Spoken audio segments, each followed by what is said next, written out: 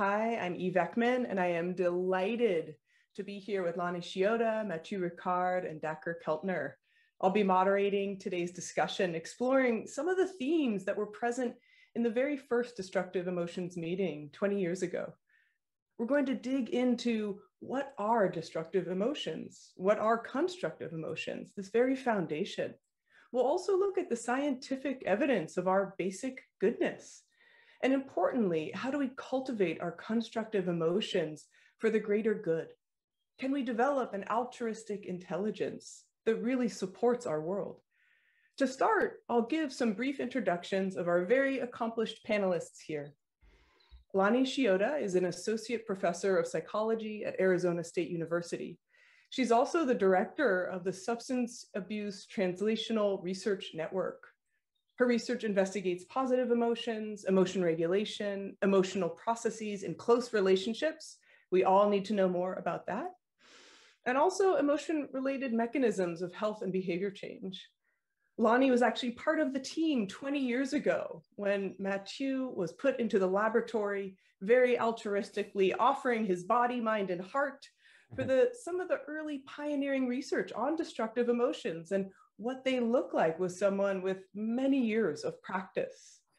Lani is passionate about making the science of emotions relatable and useful for everyday people, and how we as humans can make our way through the most important aspects of our life and relationships. Mathieu Ricard earned a PhD in molecular genetics before becoming a Buddhist monk. He has studied and practiced in Tibetan Buddhism in the Himalayas for the last 50 years. He's a humanitarian, an author, a photographer, and serves on the Mind and Life Institute board. Mathieu was really altruistic in his motivation for joining this dialogue. And as I mentioned before, he let himself be in various fMRIs, poked and prodded. He even was exposed to very loud noises.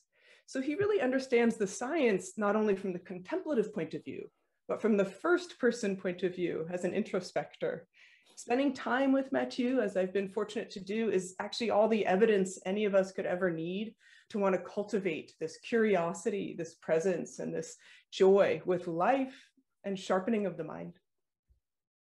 Dacher Keltner is a professor of psychology at UC Berkeley and faculty director of the Greater Good Science Center.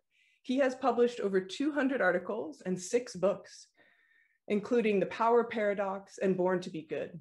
Dacher also inspired the goodness of these studies. He himself manifests and emanates this joy of living in life, as we will see here together. Dacher also has a deep intention and care around how do we bring these practices to the areas needed most in our society today, to hospitals, to educational systems, to criminal justice work. So today we will be here together answering the call of the Dalai Lama of how can we take these ideas and understanding of destructive emotions and have them make a meaningful difference for all 7 billion people on this planet. So thank you all so much for being here. This is truly a dream come true to have you all to dig in and understand these themes and ideas together. I hope that together we can really give people a sense of not only what is the territory, but what are the antidotes that we can apply to our destructive emotions in a meaningful way? How can we really address here the important issues of our time, from racism to ecological destruction, loneliness, addiction? So good to have some high goals. We will cover all of this, and hopefully there will be some takeaways people can start using today. So we'll start with Lani. Our first question, Lani, is what have you found in your research and first-person experience of being a human being that's helped you understand the critical difference between constructive and destructive emotions? Much, Even. Thanks for inviting me to be part of this today. This is such a lovely and I hope helpful and meaningful endeavor. I love the way that you asked that question, because for me, the science really goes hand in hand with lived experience, and my understanding of emotions is based on the interface between those two sources of information. One thing that I've come to at this point in my life, based on both my own research, others' research, and my lived experience and a lot of personal work, is that it's not a particular emotion that is inherently destructive or constructive. It is our relationship with our emotions that has the potential to be healthy or unhealthy and destructive. I think that all emotions have a place in a rich and full life. And I don't think of any emotions as inherently good or bad, but it is how we use emotions, how we deal with our emotions, and how emotions are experienced in relation to the situations that we're in that can either be helpful or really, really problematic. And that actually gives us a lot of control when it comes down to it over developing a mature and healthy relationship with our emotions.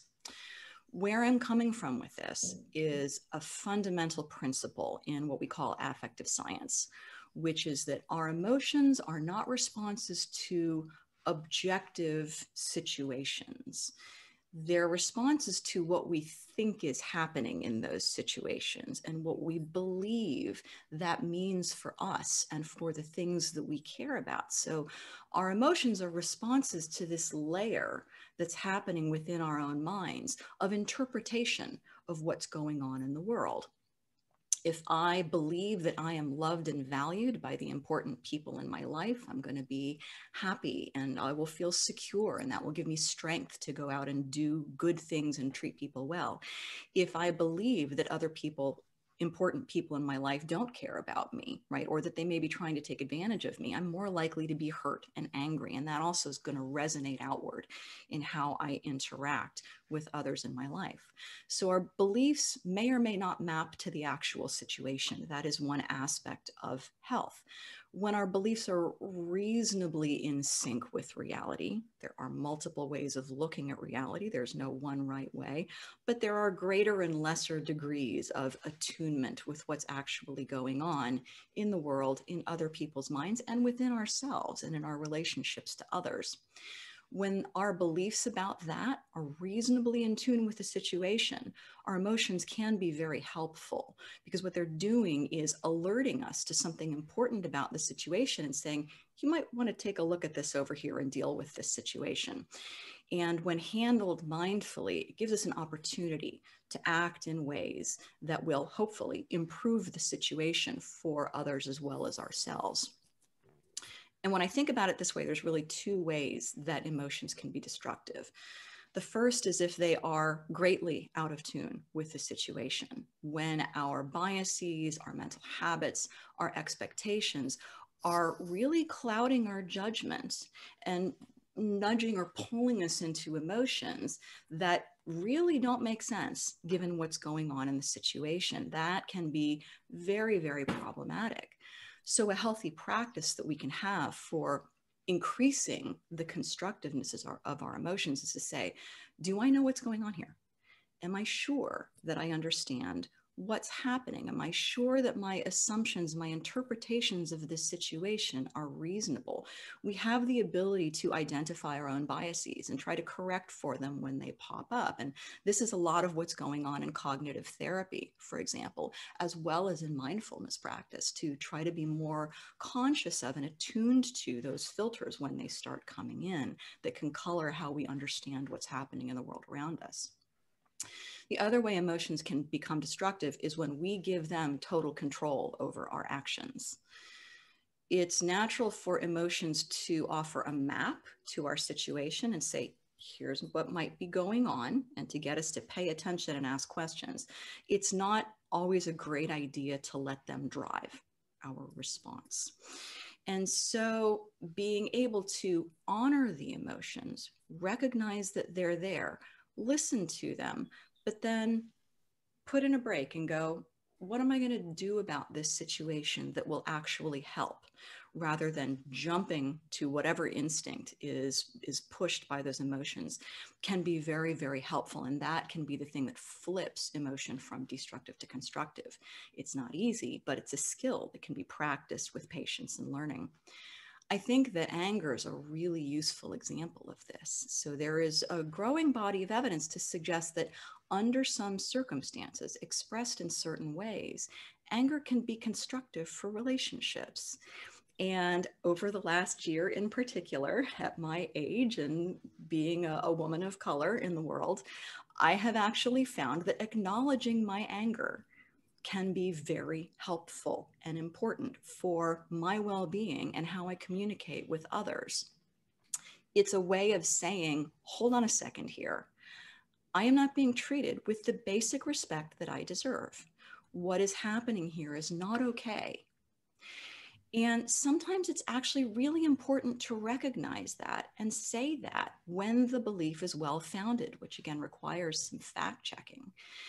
And when that anger is expressed honestly, respectfully, not with an attack and not with a primary intent to hurt the person you're communicating with, evidence suggests that the effects can be constructive. They can help with negotiation, they can help set boundaries and expectations, and in the long run, improve the relationship. But anger is going to be destructive when it's based upon unreasonable expectations, a sense of entitlement or inappropriate beliefs about what you deserve relative to what others deserve in those relationships, an incomplete or inaccurate understanding of the situation. And when it leads to actions that hurt other people, that are primarily focused on hurting someone else rather than communicating your understanding of what's happening. So that's just one example, but it's one that ties together the differences between having a mature, healthy, aware relationship with both the causes and the consequences of your own emotions, and letting them fly without any processing or mindfulness. Wow, Lani, thank you. It was so rich to hear just the specificity at which you brought us to an understanding of what is emotional maturity, and that how important the role of discernment is in being able to recognize and understand the causes and conditions leading to how we feel instead of they made me feel that. I really appreciate that distinction among also bringing it forth to the personal example, where I think all of us can have a sense of relatability. I'd like now to ask Mathieu the very same question. So, can you help us understand this fundamental difference between constructive and destructive emotions? Well, from the Buddhist perspective, and we could also take the example of anger, maybe to illustrate at the end, it's mostly about creating suffering or creating well-being. So it's not the way it looks, but that's the criteria, because in the end, mental states who create suffering are totally undesirable. And it's so, from Buddhist perspective, it's also the foundation of ethics. It's not what is good and bad with a big J and a big, B in the sky with flaming letters. It's an embedded, in the flesh sort of ethics of what are the, outcome in terms of suffering of the greater number or for the long term and so forth. So if we take again the example of anger, which was also very dear to Paul and everyone, one of my teachers spoke about emotion, just generic name, as if you look at the big white wall painted white, it looks white, but if you look very close, you see some bumps and holes, and there's some place where it's yellow and sometimes maybe a little bit dark and things like that. So it's actually a lot more nuances and textures. So just to take the example of anger, it could come from very different causes. You may just key on nerves, say I don't have many kids, but we have 30,000 kids in the school that we made, but suppose someone is on your nerve and you blow the fuse. So that's a different effect. And the antidote to look for would be more on patience and open mind and vast mind and so forth. And instead of a very narrow mind, like a firecracker in a little box. So anger could also be rightful indignation in the face of injustice and massacre. And then, of course, you need that answer. You say, this cannot be. But then the way you do it is not with hatred. It's not to harm the harm doers, but to prevent in any possible, reasonable way, with the less suffering possible, the injustice and the harm to be done. So that's can be motivated entirely by compassion. And you may show a little bit wrathful face, but inside you should be all 100% compassionate. And then, as Lani mentioned, there's the anger that's motivated with harming. And even though you might say, well, but probably you will agree on that, that is nothing good to be found in hatred. And this is a form of anger, and their hatred, it's our arch enemy in a way. And so it has been doing wrong to everyone so many times, so many places, in so many fields of lives. So in that sense, a destructive emotion is the one the outcome is clearly suffering for others and also for oneself. We are in the loop, in fact. You know, people who are in the pangs of hatred, it's hard to say that they find any peace within. They don't feel attuned with the basic goodness. There's something that we always say afterwards, I was out of myself, which is a nice image. No more yourself. I was no more myself after you blow the fuse. So you ask forgiveness, I was no more myself. So that means yourself is somehow, and when you do an act of generosity, of kindness, even nobody knows about it, you feel good. So of course, some people who are absolutely dead on proving selfishness, universal selfishness, we say, oh, the warm glow, you are selfish because you feel good about it. But of course, you won't feel good if you just do that nominally, but if you don't actually have a really, warm heart behind. So without warm heart, there's no warm glow. So anyway, I think that will be the main distinction, is and the outcome also comes from the intention. So, well, when it's action, you cannot look at the way it looks like. You could, we'll all smiles and do something terribly nice to someone with the idea of picking his pocket. That's why you want to approach the person. If you want to be a pickpocket, you don't want to approach it in an aggressive way. Or you could push violently a child, and the child might fall and maybe break its arm, but you save the life of the child if he's about to be run over by a car. So it looks violent, but it's not. So action, we can't look. Emotion, you could look, especially because the way it's expressed in action and words, but really to look at the root of making it constructive or destructive is your emotion. Is your emotion chiefly to bring, does it feel like you want to, it comes out with wanting to bring something good to the others or to harm others? Is it in the short term or the long term? Is it for the smaller number or the greater number? So this somehow how we could distinguish, I guess. Thank you, Mathieu. I really appreciate you highlighting this connection between our motivation and our action, right? And that fundamental piece that underlies whether the way that we respond and react can actually be something helpful or harmful, sometimes difficult to parse from the outside. There's an image, if I may ask, Please. if I may add, when there's a crystal, and if you put it on the blue cloth, it becomes all blue. If you put it on the red cloth, it becomes all red. So the motivation colors everything else, all our mental states.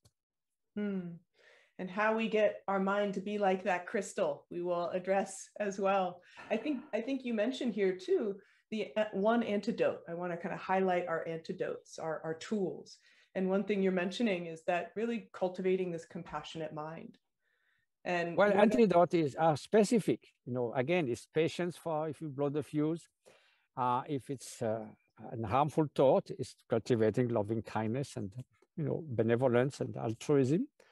And indignation, well, you don't need really an antidote if it's precisely the right amount of it at the right time, the right circumstances. So what Aristotle and you say, Lani, it should be the right amount at the right intensity for the right duration.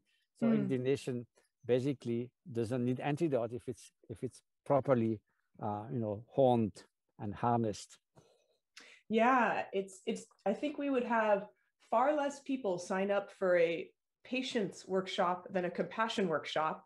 But what I'm hearing from you is if we really want to cultivate the antidote to some of our forms of anger, that patience is the training that would be most supportive to us. Well, to one kind of but loving kindness will be for hatred. And again, we may say emotions are not intrinsically harmful, but again, you mentioned about the seminar, but say you offer a weekend where we guarantee that you will be 100% more jealous at the end or 100% more arrogant. And basically, I don't know who you will get except a few French guys. So there's something there that some of them are not quite, you don't want them to be too overwhelming, or even, you feel better if they are not too much present in your mind stream. Yeah. Yeah, and I think that's a great segue for asking Dacker, yet another turn of this question, this idea of the trainability of our constructive or destructive emotions. I know this has been such a huge part of your life's work. Can you tell us about constructive and destructive emotions and maybe this aspect of what can be shifted, changed, or improved? Yeah, I mean, in the last 20 years since destructive emotions, the science of emotion has changed dramatically, thanks to people like Lani, who's with us today, and many others around the world. We have mapped a really fascinating space of constructive emotions that, compassion, awe, gratitude, love, contentment. There's remarkable work on that, laughter. So I think we have a much richer understanding of what the constructive emotions are, all the way down to genes and neurophysiology and things like the vagus nerve with respect to compassion. We've also learned a lot about the deep evolutionary roots of these states, that we do not survive as a species, as Charles Darwin argued, if we don't take care of vulnerable people, vulnerable individuals. And so what Darwin was arguing is that the principle of no harm and elevating well-being is maybe the deepest evolutionary principle guiding the design of who we are and what our minds are meant to do. We've been doing a lot of work on awe and wonder, which people like Rachel Carson and Albert Einstein and Toni Morrison feel is the foundation of the human imagination.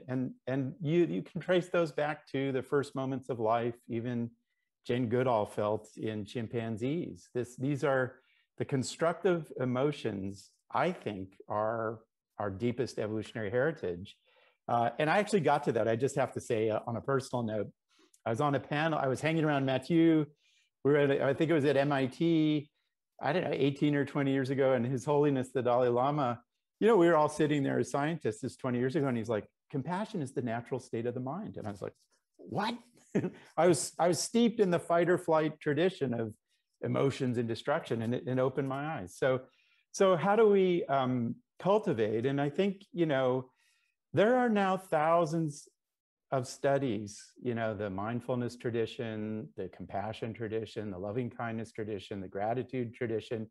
There are hundreds of studies in South Korea and Japan that aren't making their way into English on the benefits of being in nature. And they all converge on how readily cultivatable these states are, these constructive states. They shift our cortisol levels, our vagal tone, brain patterns, gene expression. So I think we know this, and it's one of the most important things we should be thinking about with respect to the science. Thank you. Can I add one small thing about that? Of course. No, thank you, Dacker, because I did a photo book on wonder. I call it Wonderment in French, but it's only in French, but the photos are there. And then when I look a little bit to put some science, I found your papers on orb, and one of them showed that you have more altruistic. I went, bingo, yeah. And the Japanese paper on the walking in the forest was amazing that it didn't do the same effect whether they were pine trees or different other kind of deciduous trees. One was calming down and one was giving you more. It is quite mind-boggling, all these biophilia studies. Really wonderful. Send me the book. Yeah, I will send you the PDF in French. You don't need the text, but please. Yeah. And I think this is a nice transition now, Mathieu. The next question will start with you. And this is really around the cultivation of wholesome mental states. So we've talked about awe, a little bit about compassion. And of course, this is important that we know the science. Thousands of years of contemplative practice have demonstrated the benefit for ourselves and for others. And yet there can be a way these practices are just self-serving, only for our own well-being. And you have written and spoken and demonstrated through how you live your life, altruism. So how can we really make sure these practices help us uncover or reveal altruism instead of maybe isolating us further and in some ways just anesthetizing our stress or our pain? Well, first of all, I find amazing that we are still, anyone could question that, basic human qualities didn't need to be trained, that we will be right at the top from the beginning. Like, it's contrary to everything we know. We're never born, but knowing how to read and write and play ping pong and anything like that. Everything was trained and practiced. So that's already, I remember a breakfast on the future of happiness at Davos Economic Forum. And I spoke about this trainability of emotion. And, there's all these big shots. And one of them came at the end and said, it's very new that you can train your emotions, something like that. So I said, wow, there's a lot of work to do. Anyway, I think what you said, it would be really take a big shot to go wrong on loving kindness, compassion, and sympathetic joy, and impartiality to make it self-serving, narcissistic. I mean, that takes a big way. But if you look certainly for so-called well-being or happiness or flourishing, there you could go wrong in a big way. And not only the Buddhists, but Romain Rolland said, if selfish happiness is the only goal of your life will soon be goalless. It makes you miserable from morning till evening, me all day long, very small space. It's kind of stuffy in that self-ego sort of bubble. And you make everyone's life miserable because you are either instrumentalizing them or seeing them as a threat. So there's huge gap between self and others. So no interconnection, no view of interdependence. So yes, if you look for that and use whatever, psychology, self-help, or anything like that, in that perspective, then no, it's not going to do any good. But altruism, it's hard to see how you could make it self-serving, except, again, if you believe in this universal selfishness and you say, well, the warm glow is just another way to please yourself. I mean, I met people like that. I was once in a panel in France with a big philanthropist who was a banker, and he said, I just do that because I feel so good. So, well, it's already nice if he does it and it feels good, but it's not genuine altruism. Altruism, as Daniel Batson has said, is the motivation is to bring good to others. And as a bonus, you might get also a great satisfaction. I mean, why should you feel terrible after doing something wonderful to someone? I mean, that's the wrong debate, that you should be a sacrifice, that you could suffer, otherwise it's not altruistic. This is very strange. So, and I would argue actually that it's a really wrong argument to say the warm glow show is kind of self-serving selfishness. It's like asking a flame to light, but not to emit warm. I mean, those two goes together. I mean, if you really a good heart, you will also feel good. It's like a bonus. It comes on top of it. And so it's a win-win situation. And if you are deadly selfish and only, instrumentalize everything around yourself, then you will not feel good and you make others unhappy. It's a lose-lose situation, doesn't work. And also, it's not only the subjective experience, it also doesn't work because it's not attuned to reality. Reality is interdependent. Nobody wakes up in the morning thinking, may I suffer the whole day. It doesn't take rocket science to transport yourself in someone's mind. And even we are confused and maybe addicted to the cause of suffering, but deep within somehow, there's something at the very bottom that, okay, it would be somehow better if I didn't suffer. So if we recognize that common, I don't say sentience or humanity or aspiration, then we can look, what is the best way? What should I do and not do to myself flourish? What should I do to others and not do to others that will cause suffering or happiness? So then things comes into place. So if it is, and you can check whether it's genuine altruism, compassion, sympathetic joy, and so forth, and then I think it cannot go wrong. And sympathetic joy, once I was talking with Dan Batson, I said, it's a very altruistic thing. He said, why? Because, nobody is going to blame you if you don't rejoice in Gandhi's work. Nobody is going to expect that you do that. So it's a way of participating beautifully in the, compassionate action of someone, and opens your mind to altruism, to connectedness. So yes, all those are only make sense if they are altruistic. But there are many things that can be used for self-serving purpose, but not, I think, altruistic love and compassion. Yes, thank you, Mathieu. And I think what you're highlighting too is if we pay close attention to what it feels like when we are acting kindly, when we witness kindness, that we naturally sense, maybe it's the experience of feeling good. feeling connected, feeling the naturalness of that. And, you know, I think some of the concerns that I see in the field of psychology greater, and we'll move to Lani for this question, is it possible to kind of overemphasize personal well-being and in some ways forget or put secondary collective or communal well-being? So yeah, Lani, I'd love to hear your thoughts on that. Absolutely. And I really resonated with everything that Matu shared. I have really two thoughts that came up during that exchange. The first is that there is a reason why we may tend to focus a little more automatically on negative things going on in our environment, right? So there's a pretty rich body of research suggesting that humans have what's called a negativity bias, that problems in our environment grab our attention quickly and tend to hold it, and also impinge on our memory, right? That our memories form of events and stimuli that have proved dangerous or problematic or to make us sick or to cause pain in any way. So we do have that, and we have it for a reason, because again, those events are important for us. But because of that, it's helpful to make sure that we don't get stuck there, and to practice paying attention to the beauty, the benefits, the positive relationships, the good thing in our lives. And there's evidence to suggest that even when we're in a very painful, difficult, stressful situation, the ability to take the time and notice good things in our environment, so we can change the focus away from pain for a minute, or find a silver lining in a difficult situation, so that we can say, yeah, this is really bad, but look, in the long run, there's this good thing that will probably come out of it that wouldn't have happened otherwise.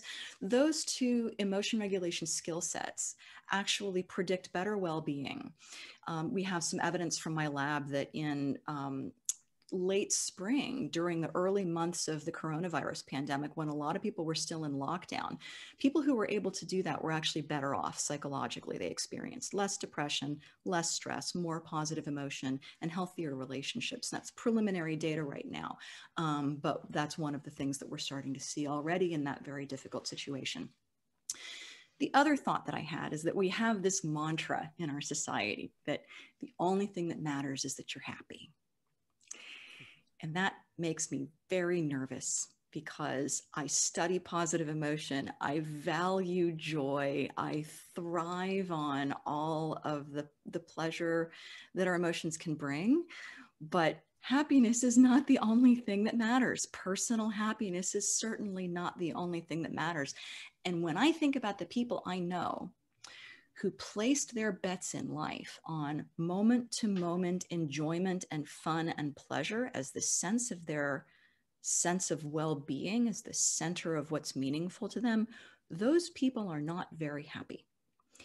And there is some recent evidence suggesting that people who place the greatest value on experiencing moment-to-moment happiness and believe that without that, moment-to-moment personal emotional pleasure, that without that, things aren't going to be okay, those people are actually pretty upset because it's an unrealistic expectation.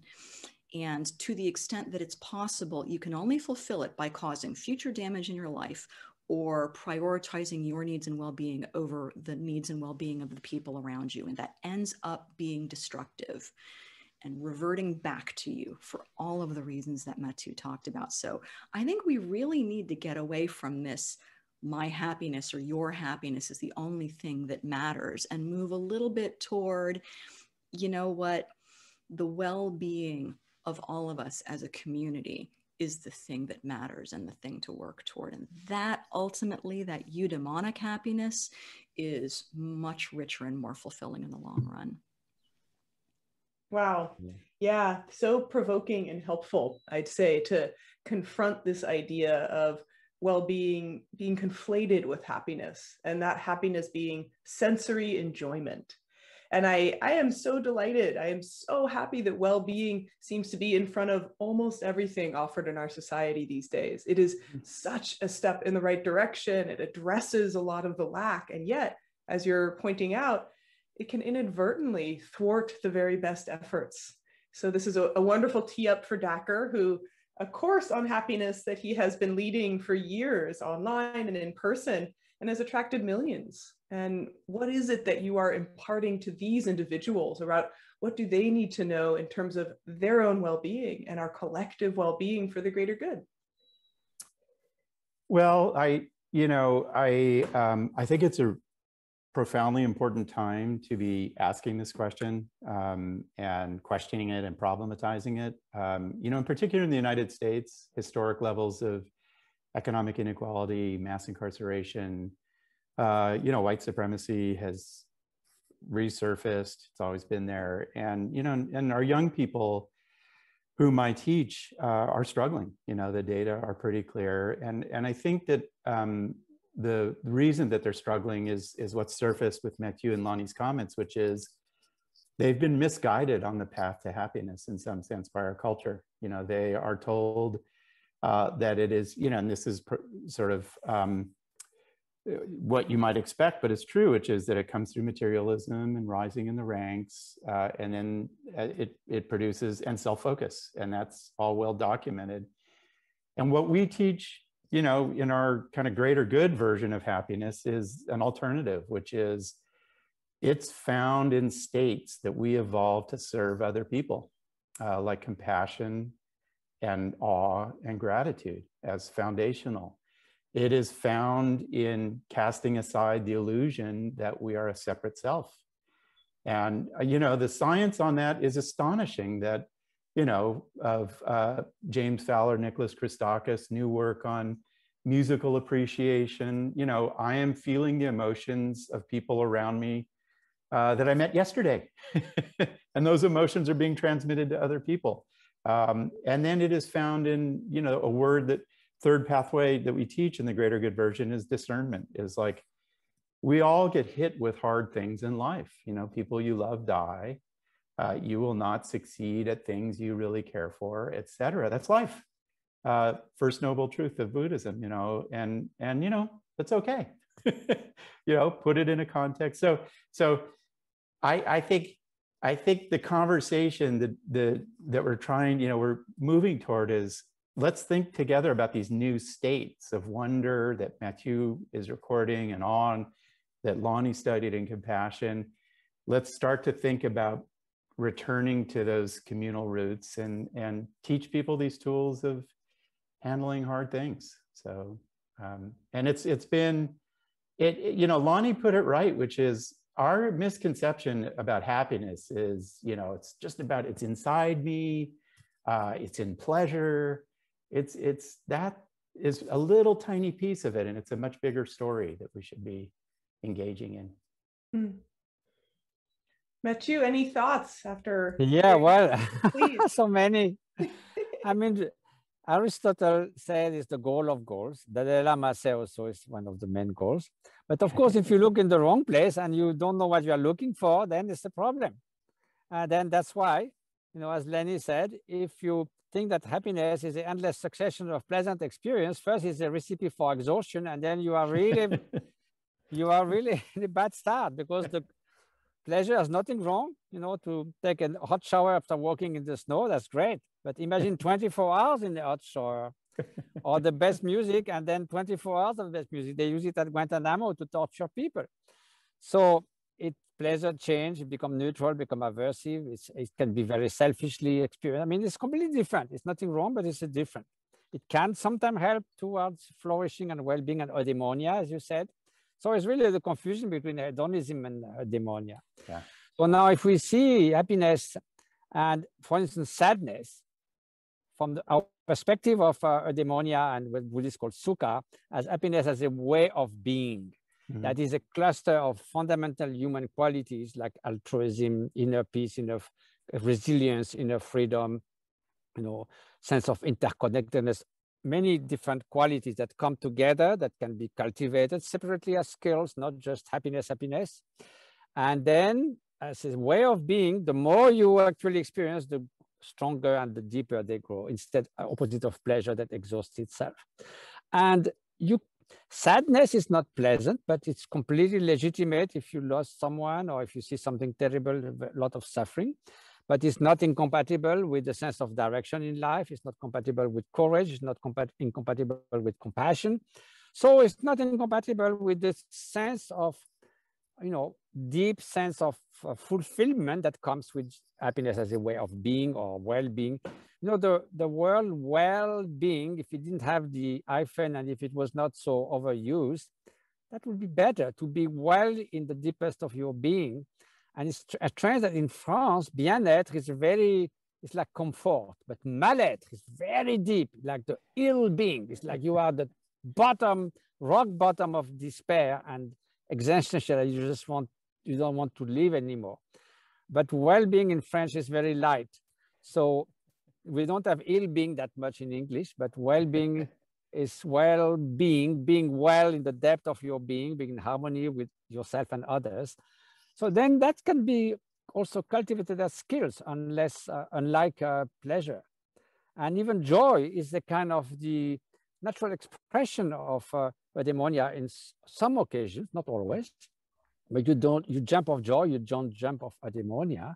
And if you give an image, it's like the spring blossom of sense of fulfillment, but it doesn't have to be there all the time. I mean, you could be sad and still have retain this very powerful inner freedom, the depth of wisdom and compassion. So yes, so it's a vast subject.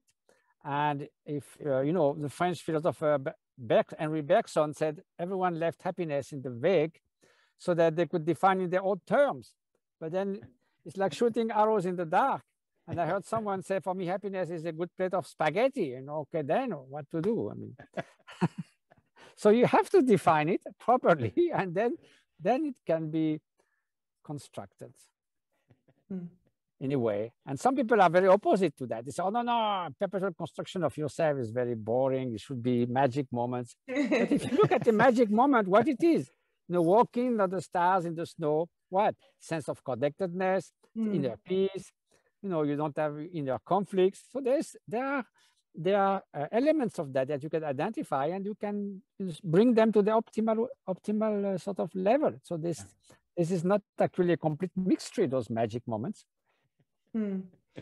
Yeah, and I think you're also highlighting, if we can distinguish and identify what are the true causes and conditions of our happiness, instead of I want to be happy, bring that to me.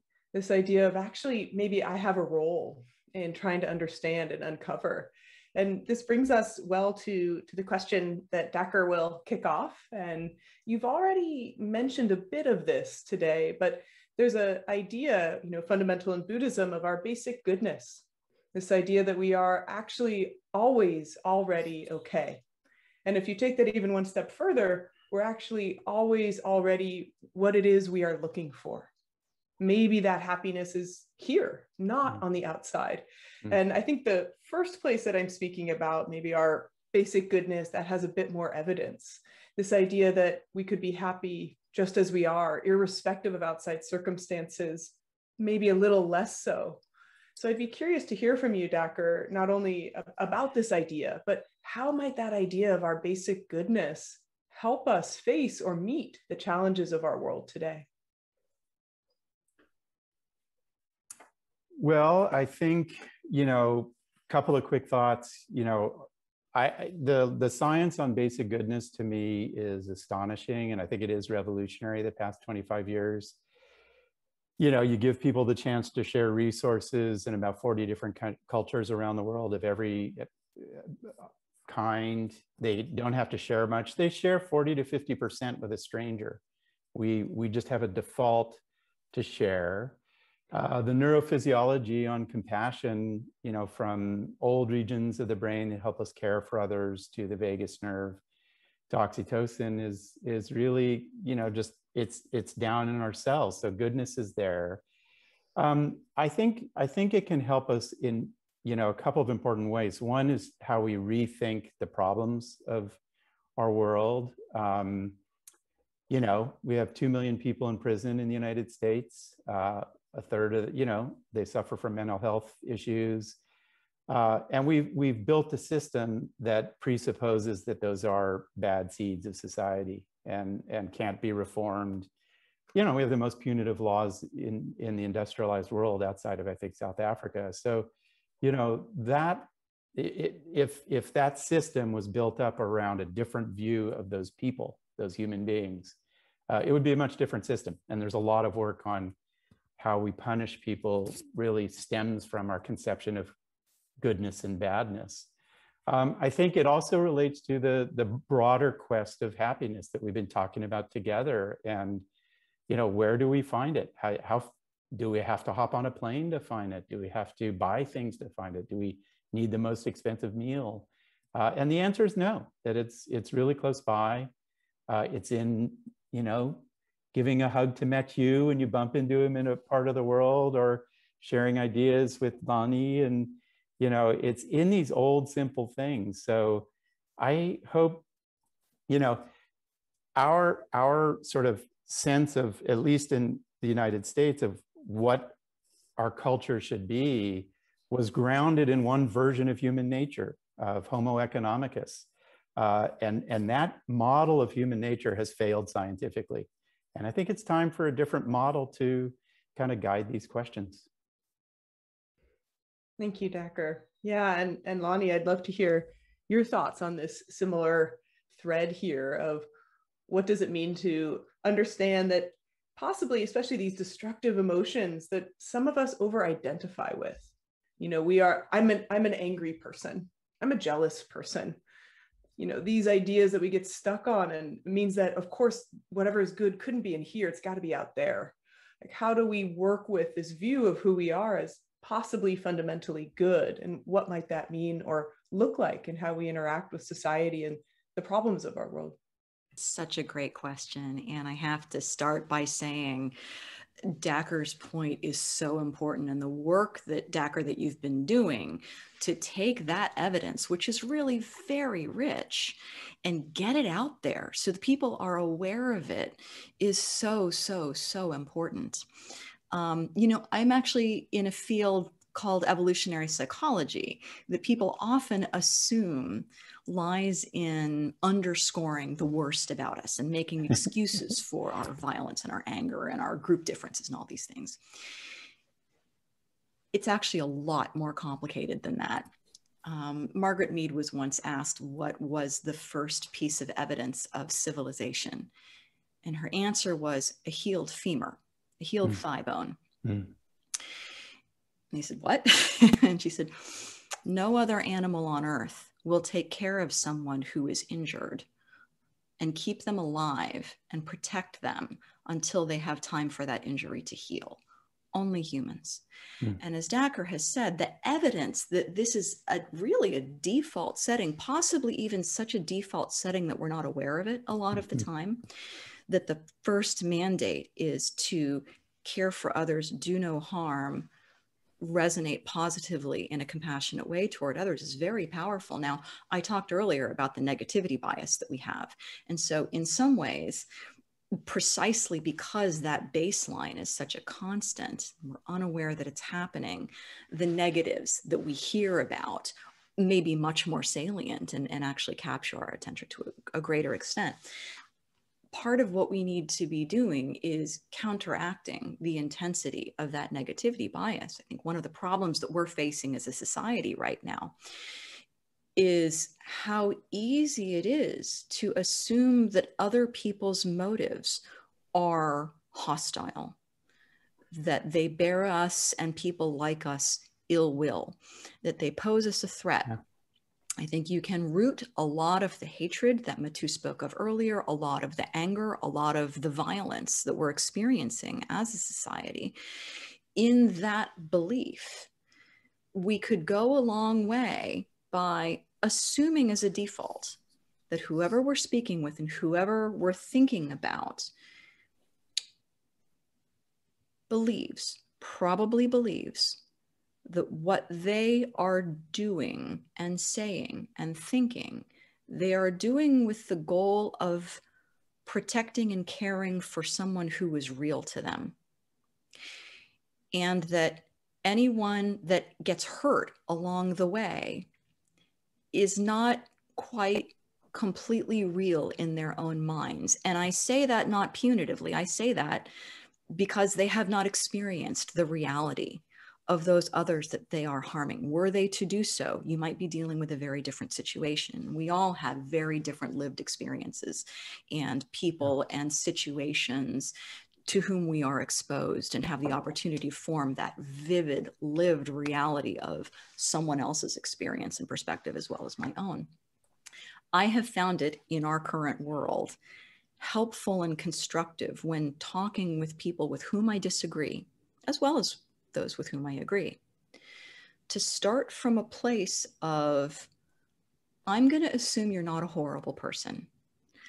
I'm going to assume that nobody's inherently a horrible person, and ask if we disagree even deeply about the reality of some situation and what's okay and who's doing what and who's a good person, who's a bad person, all those things, that it comes from some fundamental difference in the way that we're looking at this situation, not that you are bad or hostile, but because you are looking out for somebody who's different from who I'm looking out for. And maybe we need to think about looking at all of those people. I love, if I can bring Disney into it for a moment. I don't know if anyone's seen Moana, but there is this line from Moana that, as someone who from a Hawaiian cultural background, I just love, which is Ohana means family, and family means nobody gets left behind. And if we can think of everybody in our world as family in that way and say, ho, we need to have this conversation in such a way that everybody is heard, nobody gets left behind, and we presume somewhere a seed of goodness in everyone that we interact with, while being careful and while calling people on their issues when we see them, and feeling free to disagree respectfully and honestly, I think we might have much healthier conversations as a society. Thank you for sharing that very caring and clear vision of how we can hold one another. I love this idea of Ohana. I've heard that word and I loved the movie. And I like that as a metaphor for us. What would it take for us to all be family? Mathieu, I'd love to hear your thoughts on this basic. Yeah, well, big subject, wonderful subject. So yes, so first of all, you know, Hannah Arendt spoke of the banality of evil, but I love the banality of goodness, which is much more a fact of life. Yeah. Is that most of the time, most of 7 billion human beings behave decently to each other. And that's why we don't notice it, because that's the way it is. And nobody is congratulating themselves that after a train ride or a plane ride, or you go to the theater and you say, oh, nobody had a fight tonight. It's normal. If two people pick up a fight, especially listening to a conference on altruism, you say, well, this guy, you know. So it's shocking, and that's why we pay attention. And as you mentioned about evolution, you know, if you look at the many work like Martin Nowak and others, cooperation has been much more creative to get to higher levels of evolution and competition that it is there, but we forget about that. If you look at the work of Warneken and Tomasello on young children, of course, we can become psychopaths, but basically we have a stronger disposition to cooperate, to help, and so forth. So all that is more like, you know, the baseline and the way we should behave. And even you mentioned about animals, yes, possibly, but I have also examples of two dolphins taking turns to keep one another alive or afloat for 3 days while healing so that it could breed. So anyway, those things are there also a different extent. But I just want to bring briefly the Buddhist perspective, is that we believe that somehow consciousness is a kind of space, say we call the luminous aspect of consciousness is the faculty to know, compared to an opaque object that doesn't know anything, zero cognitive faculty. So if you think of the example of light, which is a good example, it doesn't mean it shines in the dark, the consciousness, but a beam of light, it can light up a heap of garbage, doesn't become dirty. It lights up a heap of gold, doesn't become expensive. So the basic quality of consciousness is just to know. So then the rest is the content, which just fills up the mental landscape, mental constructions. And there are all many causes and conditions can make that go to sort of harmful thoughts, compassionate thoughts. So that's all the mental landscape. if it was somehow a basic evil. That means if we look deep within that basic consciousness, as sometimes meditators do, you will find somewhere hatred here and there, the basic jealousies are sitting there just waiting to explode. But in fact, if you look at your mind, looking at the big sky, you don't see that. You see more that they come one thought, two thoughts, then they go 1,000 thoughts, and then you get upset, and then you get really enraged. But those mental constructs. And so it's much closer to the natural state is to rest in that luminosity, if you could say, that simplicity, that clear awareness, open presence that we call sometimes. And then what will come out of it naturally will be more like compassion, loving kindness than hatred and so forth. Those are more peripheral after a lot of mental construct. Why me? Why not me? And then build up on that. So anyway, there's so much to say, but somehow in a nutshell, when you somehow look deep within, you are the beautiful environment, the biophilia, the wonderment.